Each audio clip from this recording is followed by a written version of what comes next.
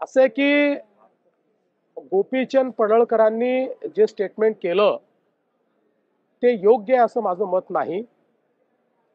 कोणाच्याही वडिलांबद्दल किंवा परिवाराबद्दल स्टेटमेंट करणं हे योग्य नाहीये।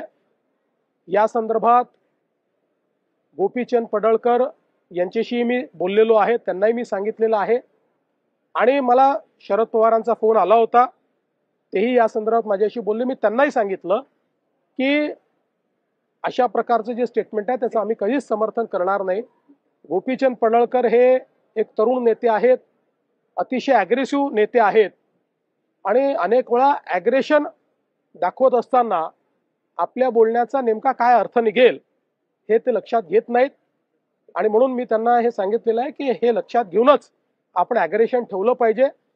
तुम्हाला भविष्यात चांगला नेता म्हणून मोठी संधी आहे, त्याच्यामुळे तुम्ही आपण बोलत असताना त्याचे काय अर्थ निघतील अशा प्रकारचा विचार केला पाहिजे, हा सल्ला मी त्यांना दिलाय।